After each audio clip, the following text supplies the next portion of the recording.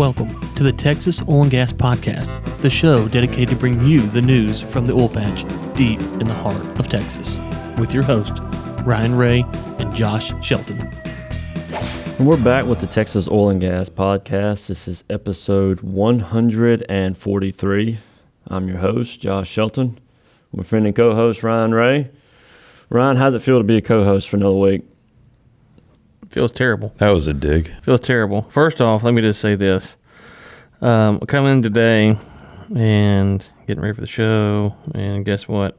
Come over, sit down. Nathan's prepared all your stuff for you, like a mother hen, and I got to go dig my microphone out of the trash can and move it around and all that. So that was terrible. Second off, I just want to point this out. We got a new intern around here. And the new intern sent a thing. She didn't send it to you. She sent it to me. Stephanie, the intern now.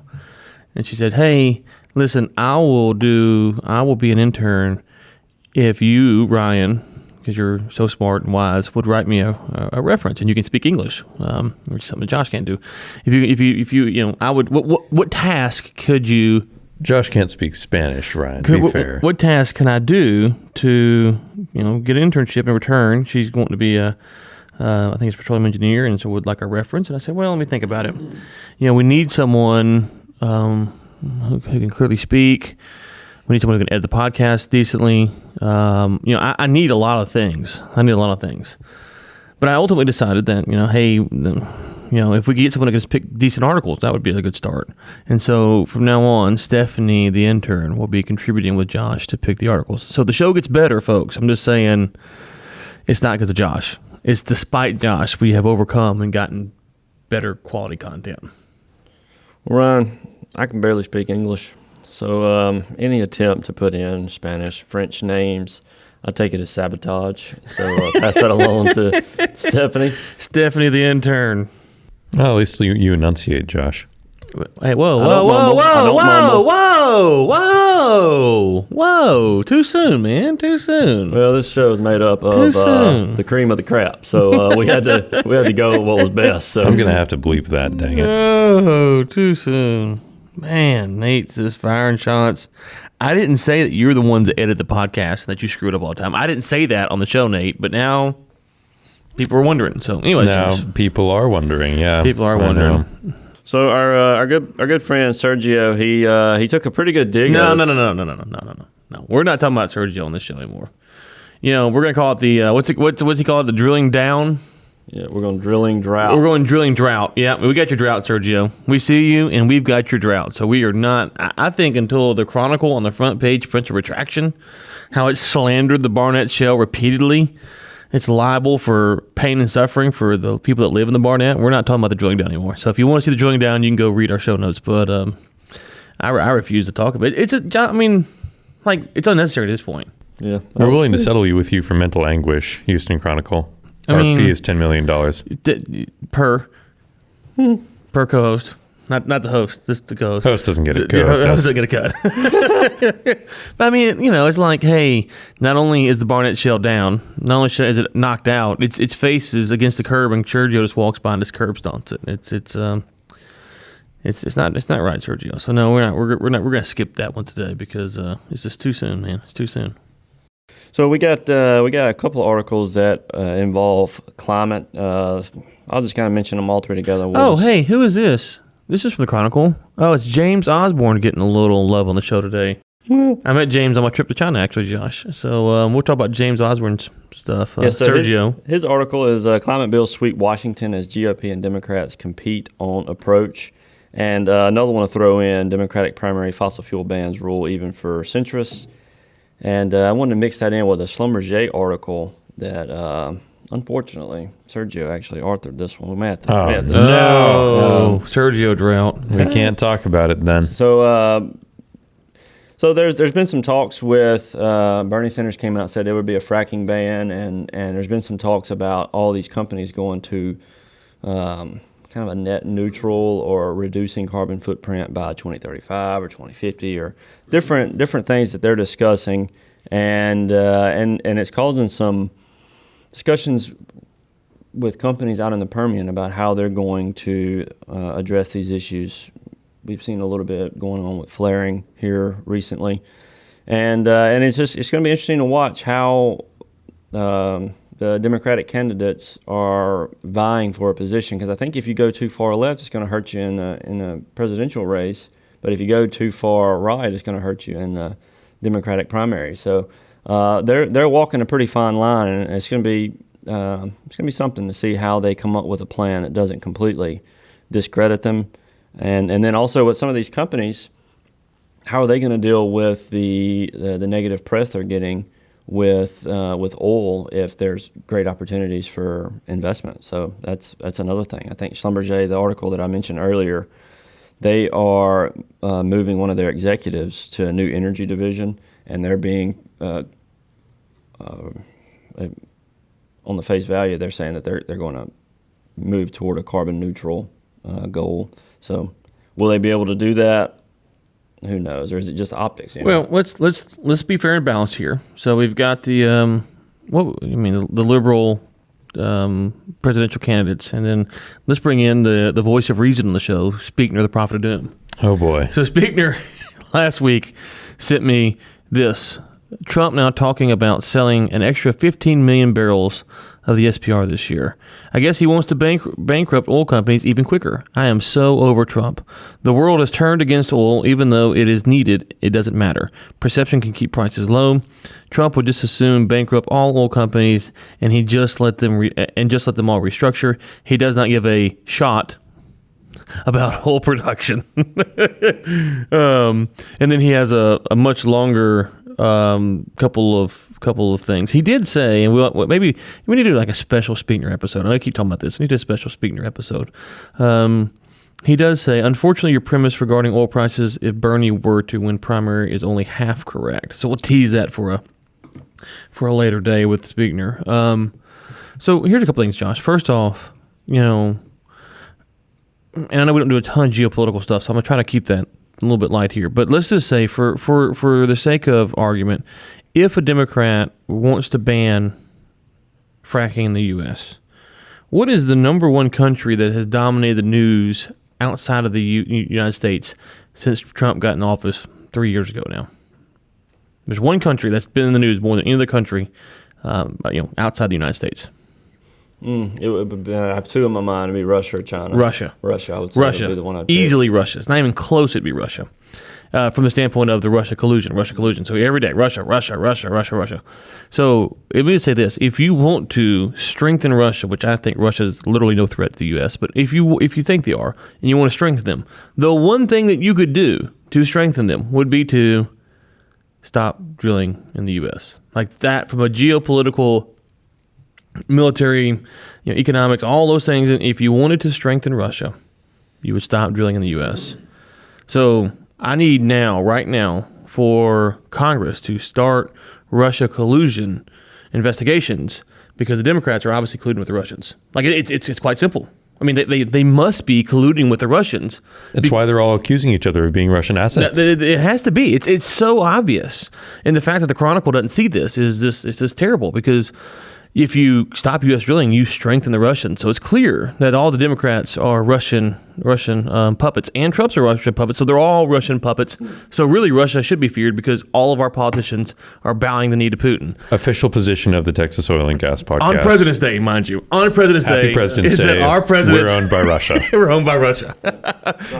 So I just want to say that. So it's funny when we talk about this stuff, and I know that Osborne here is probably not trying to get too much into politics, and I'm not going to spend a lot of time on it, but it's just funny that if Trump says something pro-Russia, the media loses their mind, but an actual policy that would hugely benefit the Russian economy, no one talks about it. Because, again, either reporters aren't smart enough to put two and two together, or they really don't care, or whatever you want to be. But please, reporters, if you're going to talk about banning fracking, please mention how it would help Russia, because we've talked about Russia so much, I haven't heard anybody mention this. So I just want to make sure that we're clear that banning fracking helps Russia. So if you're pro-Russia, let's ban the fracking. You can be pro-oil prices, but but still, banning fracking would do that. The second thing is, I'm not quite sure until we get to the primary season, which is just right around the corner. The primary season's here, but until we get to the general debates, it's kind of hard to know where this will shape out. The third thing is, Josh, we need jobs at the Center of Biological Diversity.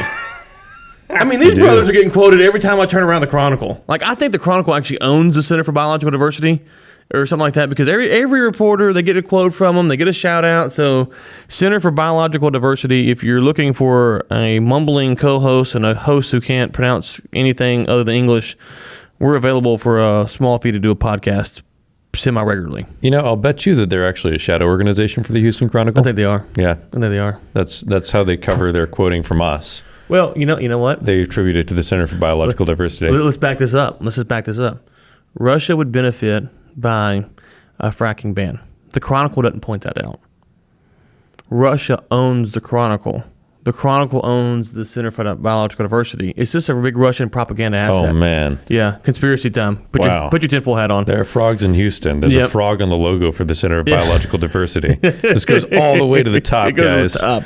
Illuminati, we've got it solved today, so happy President's Day. You guys are something. Hey, I saw there's a joke. The question was, what did socialists use before candles? What now? What did socialists use before candles? Socialists? I think what did social issues use? What did socialists use before candles? What? Electricity. So we got an article here, Embracing New Technologies, Crucial to E&P Industry's Progress. There was a conference in Abu Dhabi at ADIPEC where companies from all over the world met to talk about emerging technologies, and one of the central issues was how they can maximize efficiencies and return on investment in the Permian, along with some other things. So, interesting to follow up on that. I've been doing some research on the ADIPEC conference. We may have some articles and some people that we can reach out to this week. Ryan, did you have any? You mentioned someone that you may have known that went over to the ADIPEC conference. I know Ken Silverstein was over there for something with Forbes, so he might have. He was at a conference over there. I don't know if it was the same one or not, but yeah, I think it's interesting, Josh, is that we gotta be careful because we're all guilty of saying, "Hey, man, the industry's not evolving," but there's a lot of things that indicate that the industry is forward-looking. Is it slow? Sure. Is it maybe slower than we want it to be? Yeah, but I think at this point we have to be careful with the same narrative that the industry is not changing. It doesn't mean you can't still push for the industry to change, but if we're not careful, we're going to wake up and the industry will have kind of passed us by with with some of these technological innovations that are being talked about, especially on the international stage. Yeah, one interesting thing here, ADNOC announced a partnership with Total to deploy drones and unmanned vehicles to collect 3D seismic data as it expands its search for new oil and gas resources throughout Abu Dhabi. So, it looks like Ken was at a different conference over there. So. Okay. Just lots of cool stuff. I would love to get some more. Anyone that maybe attended, any listeners, it'd be cool to discuss some of that. Today we have a guest, Chris Hartley, Wellbore Placement Advisor at Gyrodata. Chris, great to have you on the show today, man. We're looking forward to speaking with you. I think we started to set this up back in December, and finally have you on the show today. So glad to finally get you here. Well, thanks.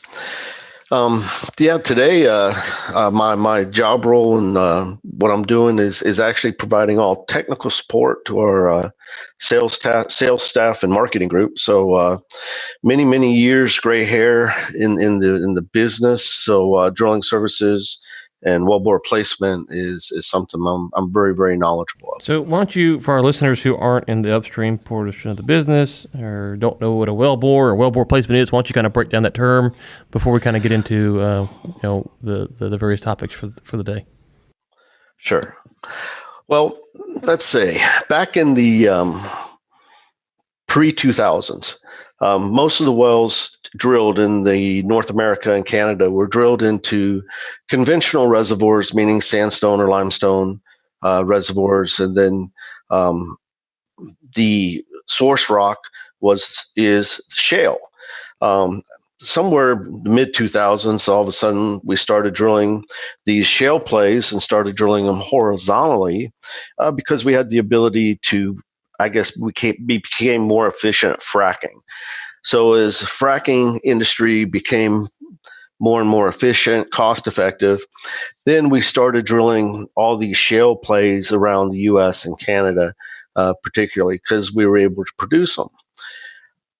In doing that, then pad drilling came about. And that means instead of having one well per surface location, you started out and maybe had 2 wells per surface location, and then 5 wells and 6 wells. And now some of these surface locations are called mega pads, where you can have 32 to 64 wells off of one surface location. So at the surface, it now becomes very similar to complex offshore installations, where you have to mitigate running into all these different wells coming off the surface pad. But then as you get deeper, they separate.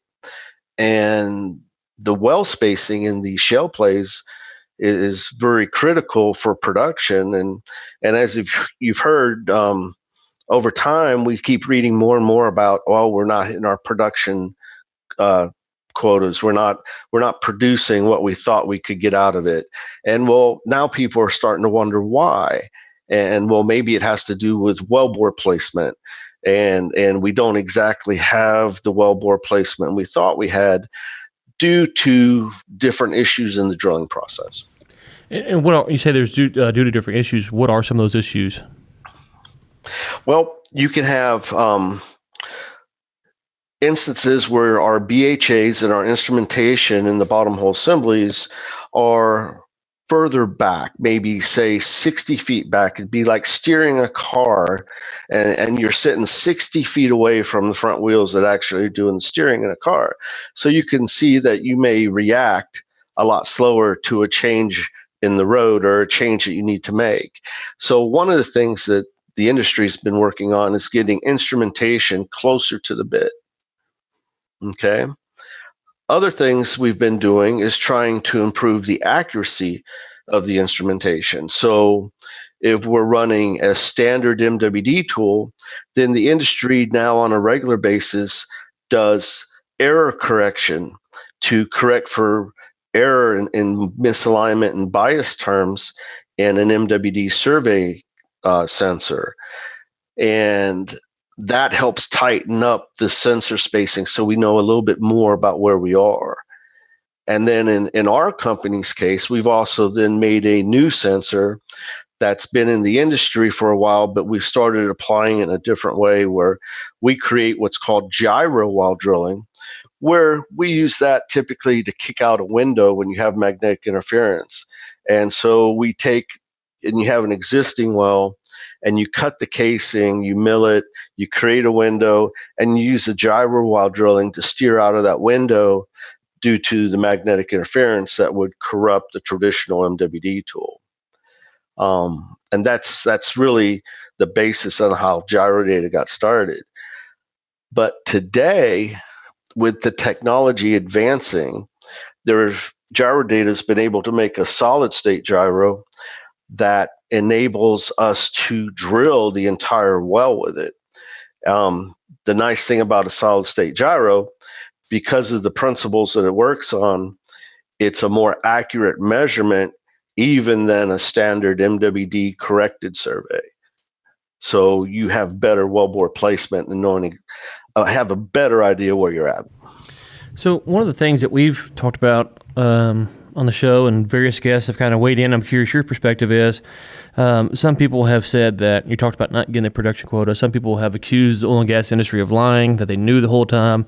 Some people have said that, we're just kind of, we're incentivized by money. Some people have said that they didn't have the technology. There's a lot of reasons for why we hadn't meet this production quota, and you kind of walked us through that.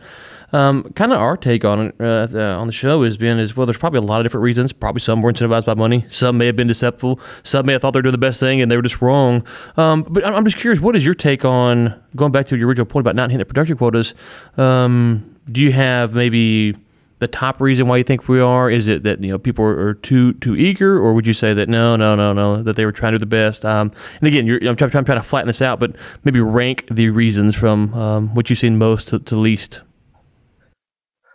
Well, I think number one especially in these horizontal shale plays, the industry's fighting for money. And so you may be optimistic on your production numbers simply because you're trying to secure money to prove that you're correct. I don't think people go out there and willfully try to be deceptive, but they do probably maybe embellish a hair, become over optimistic because and what they can do with new technology. In other words, in my world, we can run all the new technology you want, whether it's steering a well or fracking a well. But until it's proven, don't give me production numbers on unproven technology methods. And that's what we got, especially say from 2010 forward when things just really, really ramped up. So now investors are kind of skittish, right? So they're trying to learn how these numbers are put together and what they're based on. Where I become more optimistic is if we want 660-foot spacing on these long horizontal laterals, and we're drilling 2-mile laterals every day now in the Permian, and we're getting ready to go to 3-mile laterals, and you need to have them spaced right because of the frac programs. The well spacing is basically determined by the guys doing all the frac work. And they're saying, here's where we can optimize our fracs. But if you drill a 2-mile lateral and the two wells diverge and go away from each other, then you might leave 100 foot of shale that's a mile long that's not fracked, and you're not producing it. Does that make sense? Mm-hmm. So you mentioned, and then you have. Go ahead. Well, you go ahead and finish. Go ahead and finish your thought there.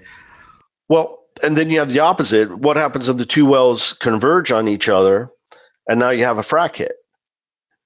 So now you're leaving oil in the ground too, and you just messed up another well and filling up with sand. So you mentioned a moment ago the solid state gyro. So what impact or effect is this having on the industry, or what possible effect could you see it having? So just what will this translate into as far as results? Let me give you an example.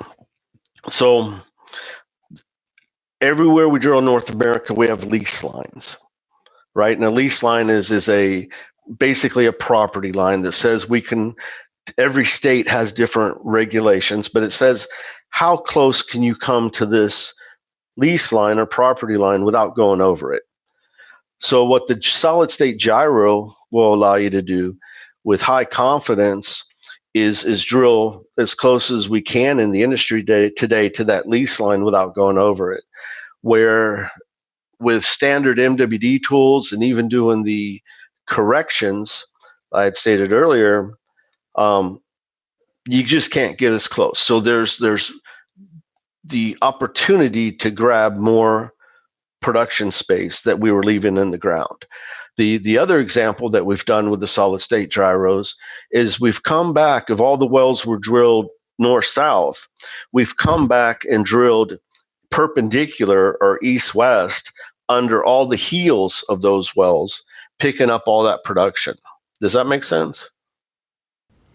So basically, it allows you to maximize acreage much more efficiently. There you go. That's exactly right. It allows us to have better wellbore spacing and maximize the acreage. And all this is proven based on modeling and what's called ellipse of uncertainty.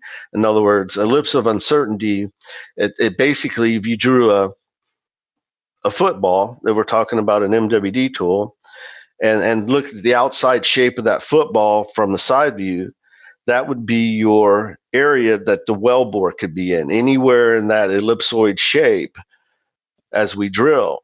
And we like to think we're in the center and we're always on the line, if you will, or the well plan is what we call the line. But in reality, because of the instrument error, we could be anywhere inside that ellipsoid that's shaped like a football, and still be considered good. It's a good tool. It's a good product. So the industry has always tried to reduce that ellipse of uncertainty and make it smaller and smaller. And so like the solid state gyro, the ellipse is the smallest one in the industry, and it's not really even an ellipse anymore. It's a straight circle. And so it's really, really reduced in terms of error. One of the things that's hard to measure is, and Josh and I are guilty of this, probably overplaying the industry is not advancing technologically and they're kind of slow to adapt. And so it's true and it's not true. And I think that it's easy to say that. And I think Josh and I are very guilty of it. And I also think we're probably guilty of getting too much credit. So balance it out for us from your perspective. How is the industry responding to technological change? Is it kind of at the right pace, a little too fast maybe, or a little too slow? Because if you go back to what you said, some of these things about, hey, we think we're going to hit these quotas and stuff, you could actually say, well, they actually, and I'm using technology in a very wide term here, they actually overestimated their technological capacity and kind of got them in a bind because they thought they could do things that they later found out they couldn't do. So give us your take on that. Well, it's twofold. So you have from my view, you have the customers that want the technology. Oh yeah, and then you have the service providers that have had to spend R&D dollars to develop this technology. So the solid state technology, for instance, many companies are working on it and trying to pursue this technology, but you're throwing millions and millions of dollars at it over several years. So the service provider wants a premium for it, and the operator is saying, well, why am I going to pay premium? And so you have to speculate and justify. So we can say, hey, look, we believe you're leaving oil behind because your spacing is not what you think it is, and you're leaving untapped areas of the reservoir. And they can come back and say, well, yeah, but we don't think that's our biggest problem. And they'll try to keep the price the same as it is. So at the end of the day, there's this push and pull with any type of technology of the providers trying to get their R&D dollars back, and the users saying, I don't know if I'm willing to pay that much more. It's the same thing we see with laptops. For instance, laptops get smaller, lighter, and more powerful, and we pay less for them as a consumer. So that's what's happening within the industry. It's like, why do we have to pay more? Well, we have to pay more because we don't have the same volume of sales that a laptop company would have. Yeah, and on that, I think the other thing, if you're looking at saying, obviously you don't have the volume of sales, but right now, the industry's kind of, there's a lot of headlines that folks you see in bankruptcy, stuff like that. But also, if you look at it and say, well, where the price is at, I'm wondering if this price is actually the best price to incentivize this. So if you're at $100 a barrel, you're probably not worried about how many barrels you're leaving behind. If you're at $20 a barrel, you can't afford to drill, right? So we're kind of in this sweet spot where we can make money, but we're not killing it. And so the vendors, they're wanting to bring solutions that are cost saving to the producers. The producers are wanting to get more barrels out, but there's kind of that pull and tug, as you were mentioning a second ago, where, okay, we want you to pay for it, there's not as many to pay for and all these things, but it feels like this is maybe the right pricing environment actually to get this technology built, because everyone's incentivized, where if you kind of go to the extremes, the incentive isn't there to develop this type of technology. Right. And in our business, we're starting to see a bit of a change in terms of how the jobs are priced too, because the client wants everybody to drill faster. So we come up with other products that enable us to drill faster and set these drilling records. And all of a sudden, if you have a price model based on a day rate and you drill faster, you're like, well, how does that work? I mean, as a provider, I'm making less money. So performance contracts are going to have to come into play. And with performance contracts, it's almost kind of cool, because it's kind of like, am I turnkeying? Do I have the ability as a service provider with my engineering team and my drilling optimization team to pick all the right parts and go out there and show, what we can do when we put all the technology in the hole? And by going to performance contracts, I think that might help enable getting more and more technology in the hole. Okay. All right. I know we're getting up against the clock here. Why don't you tell us a little bit more about your company? Talk about it loosely, but say the name again, website, conferences that you might be attending, LinkedIn, Twitter, wherever you want to point folks to. Well, at Gyrodata, we're based here in Houston. We're a global company. We have not only drilling services, but wireline gyros all over the world. We're in 42 different countries and have the ability to easily mobilize to many more. The gyro while drilling technology is our principal focus, and moving transitioning everything from traditional rotating mass gyros to solid state technology. And the thing is there, everybody benefits. Solid state technology is super rugged, super reliable, less failures, less trips. Everybody makes more money. So that's our goal, is to, by the end of the year, have transitioned to all new gyro technology, whether it's drilling gyro while drilling or traditional gyros. We want to continue to advance the technology. Okay, well, great. Well, it was good to have you on. A lot of good information here. And where is the website again? So the website is at gyrodata.com, and on there we'll have everything that we've talked about. That has all the flyers, brochures. We're also heavy into LinkedIn. So if you've become a follower on LinkedIn, that would be great. We can track you and provide more information to you. LinkedIn is our primary means of social media. Okay, we'll link to the website and the LinkedIn in the show notes. It was wonderful to have you on today. Thank you so much, and hope to see you on again in the future. Thank you. Thanks again for Chris Hartley with Gyrodata for coming on the show today. Great having him on. And now, Ryan, let's do the roundup. Kudos to Stephanie, the intern. She has loaded us with some extra articles, so we have a lot to hit here in the roundup. So, Ryan, for the Texas roundup, we have, because of our intern Stephanie, we have a lot of good things to cover. So, shout out to her. We have, I have mine, and then there's lots of other ones. So, the first one. Marathon oil profit misses estimates as prices tumble. So oil prices being down causes some of the profit margins for Marathon to be lower, and so some of their drilling is supposed to be cut for the year. On the market, oil and gas quick list of oil and gas assets on the market, including, Vitruvian's position in the Eagle Ford Shale, plus a package of operated properties in Colorado's, is it Raton? Rayton I'm not speaking here. Host. Okay. Come on, host. Okay. Come on, host. All right. Do your job, champ. All right. Marketed Delaware Basin package, Pecos County, Texas. Let's see here. 100% working interest, 10 producing wells. Bids offering closing on February 26th. If you want more information on this will be linked in our show notes. Technology firms Enverus and RS Energy Group join forces. So Austin-based Enverus is acquiring RS Energy Group of Houston and combining the two entities into a company that offers technology, machine learning, and advanced analytics across the industry. I just saw another thing where there was another merger with the same company, not the same two companies, but Enverus and someone else.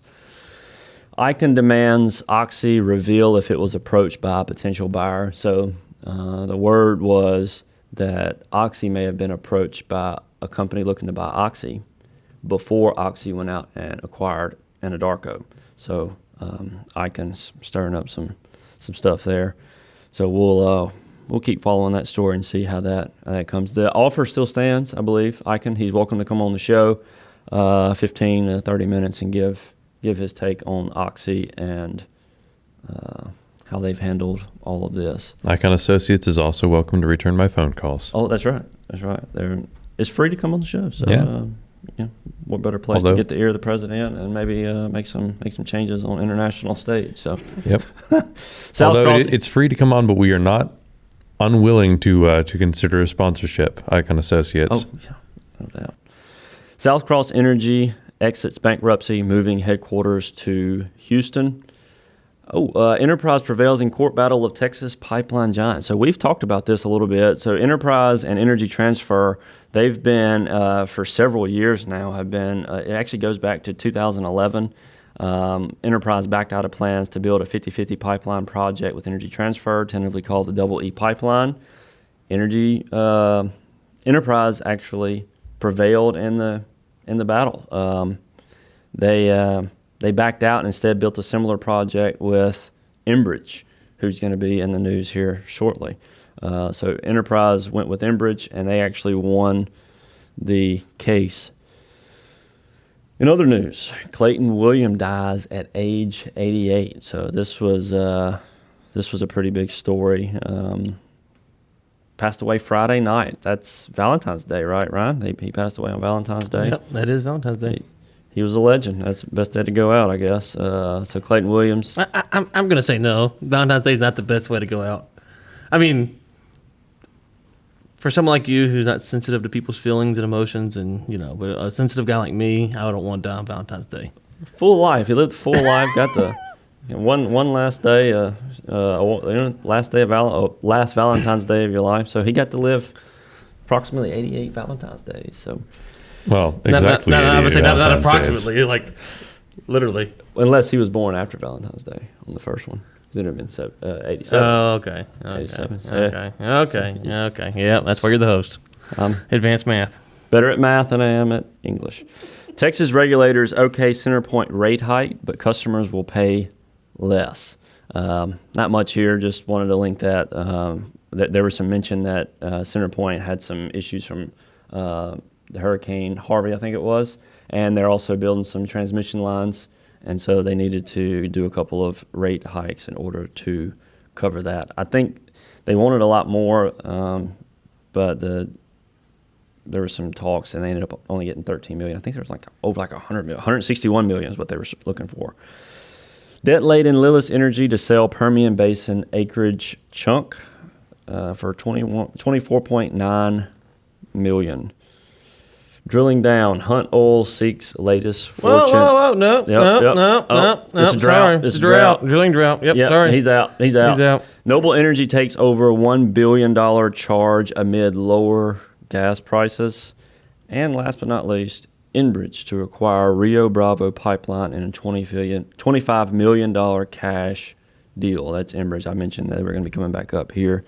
So the Rio Bravo Pipeline is poised to support transportation of natural gas production from the Permian Basin and the Eagle Ford Shale to next decade's Rio Grande LNG project in Brownsville, Texas. According to our friends at Texoga, tomorrow, which it will be today by the time you listen to this, the February 18th, is the first day of early voting for the Texas 2020 primary election. And they have a Texas Oil and Gas Association Good Government Committee. Somehow I was not asked to be on this. I don't know why. It's a shame.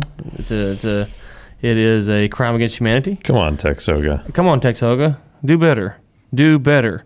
So if you want to know, I said this to Nate. They have a list of who they think is the best people, who they're endorsing, I guess you should say. And so they have Republicans and Democrats. So before you think it's all Republicans, actually, Josh, just doing a quick look here, maybe more Democrats than Republicans. Maybe Spinkner, the prophet of doom, has been given to Texoga. Because if you look at it here, it's 1, 2, 3, 4, 5, 6, 7, 8, 9, 10, 11. 1, 2, 3, 4, 5, 6, 7, 8, 9, 10. Maybe it's 11, 11. It's close. I'm just doing a quick count there. So, I guess maybe Texoga's trying to be fair and balanced, or I don't know. But anyways, whatever you think, Texoga has it's kind of like the Texas Oil and Gas Association of Decent Government Committee, because I'm not on it, so Decent Government Committee. Anyways, you can go. Okay, Government Committee. Okay, the best we could do. The committee without Ryan, however you want to say that. But in their defense, guys, let's be honest. If they put me on that thing, would I actually endorse any candidate? That would be the question. And the answer is no. No, you wouldn't. The list would be blank.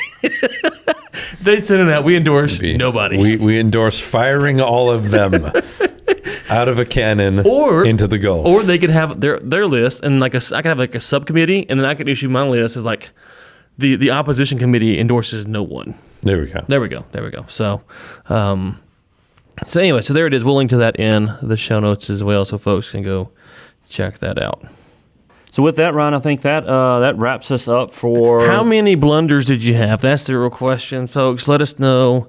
I killed it today. You killed it today. Merca Verca Schlumberger America. All right, folks. Thank you for tuning in. Stephanie, the intern. Let us know what you think about her performance here. Obviously, it can't be worse than Josh's, so it's an improvement. But how much is it an improvement? We would love to know. And thanks to our guest, as always. No conferences coming up, I don't think. Josh, where's your conference? Are you going somewhere to event? Permian Basin Association of Pipeliners, Wednesday in Midland, 5 o'clock to 8 o'clock. If you're not there, you're useless. So, so if you want to meet up, let me know. If you're not there, you're useless. Okay. Thanks, everyone. Until next time, keep climbing.